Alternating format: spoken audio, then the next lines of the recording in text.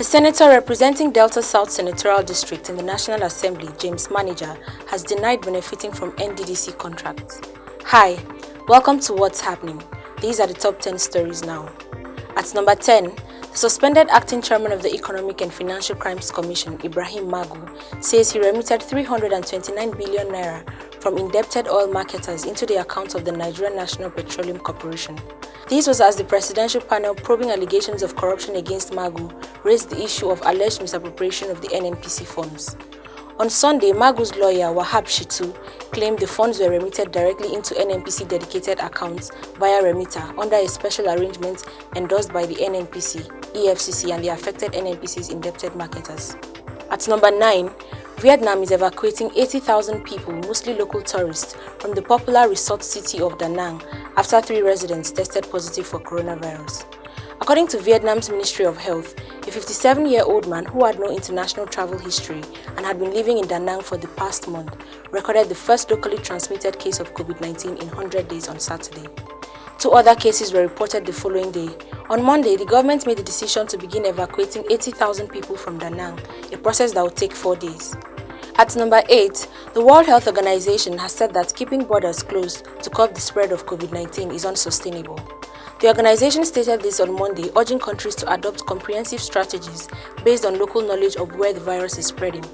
Many countries have adopted the closure of borders and travel restrictions as one of the strategies to combat the coronavirus pandemic. But the UN health body has warned that such measures cannot be kept up indefinitely and are also only useful when combined with a wide range of other measures to detect and break chains of transmission. At number 7, the federal government has extended the N-Power Batch C online application by 2 weeks. The extension was announced by the Ministry of Humanitarian Affairs, Disaster Management and Social Development through its Deputy Director of Press, Rhoda Ilia. The online application process began on Friday, June 26, 2020 and was to end Sunday, July 26, 2020, but was extended to August 8 to afford everyone the opportunity to register. The federal government also considered the fact that some people may have encountered difficulties in gaining access to the registration portal. At number 6, the police in Ebonyi State said they killed 2 kidnapped suspects and arrested 3 in 2 shootouts on Sunday. In one of the cases, 3 persons from Enugu State were kidnapped in Eziagu community, where they came for business. According to the police spokesperson Loveth Oda, the kidnappers kept the 3 victims, a lady and 2 men who stayed for 4 days, and called their family members demanding 10 million naira ransom. One of the suspects was arrested when he went to collect the money and afterwards took the police to their hideout, where the victims were watched by 4 members of the gang. On sighting the police, they opened fire. In the process, 3 of the suspects were killed, 2 were gunned down, while 2 policemen sustained bullet injuries. The police spokesperson added that the female victim was possibly raped repeatedly by her captors. At number 5, the federal and state government will meet next week Monday to discuss modalities for resumption of schools in the country. The meeting will be presided by the Minister of Education, Adamu, and attended by all state commissioners of education. An official invitation was issued by the Permanent Secretary, Federal Ministry of Education, Sonny Echono, on Sunday night. The agenda of the meeting include reconsideration of new examination timetables for the West African Examinations Council, the National Examinations Council, the National Common Entrance Examinations, and BECEC. The meeting is expected to take place through Zoom.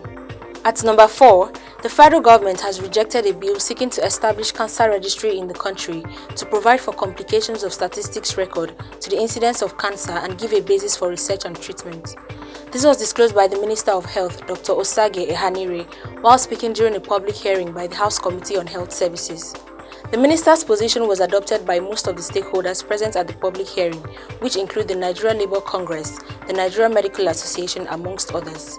Osage added that the establishment of a cancer registry will be a waste of resources and deepen the rivalry already in the health sector.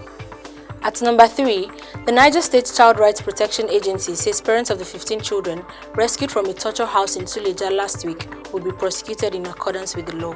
The Director General of the agency, Hajia Mariam Kolo, made this known on Monday during a visit to the COVID-19 Isolation Center, where the children are receiving medical attention in Mina. Following reliable information received by the police, the children were rescued from a house disguised as an Islamic study center on July 18. The children were said to have been physically abused, chained by their teacher, and had scars all over their bodies. They were later handed over to the State Child Rights Agency to be taken care of. At number 2, Leaders of West African countries kicked off a virtual summit on Mali's deepening political crisis on Monday, after 2 efforts at mediation this month ended inconclusively. Heads of countries in the 15-nation economic community of West African states discussed ways to diffuse tensions between the opposition and President of Mali, Ibrahim Keïta. Anti-Keïta protests on July 10 escalated into clashes, leaving 11 dead, in the worst bout of political unrest ever witnessed in the country. Keïta, who came to power in 2013, has come under increasing pressure to end Mali's long-running jihadist conflict. In the latest violence, a French soldier was killed and 2 others were wounded in a suicide car bomb attack in northern Mali on Thursday. Finally, at number 1, the senator representing Delta South Senatorial District in the National Assembly, James Manager, has denied benefiting from contracts of the Niger Delta Development Commission during and after his tenure as the chairman of the Senate Committee on Niger Delta Affairs. James Manager was included in the letter Senator Godswill Akpabio wrote to the House of Representatives as one of the lawmakers who got 6 NDDC contracts. The Commission's Executive Director of Projects, Cairo Ojuobo, had accused the senator of getting contracts from the Commission. However, in a statement on Monday, Manager threatened legal action against the Commission's Executive Director of Projects for defamation. Always remember to wear your mask, wash your hands, and stay safe. That's all for today. See you next time on What's Happening.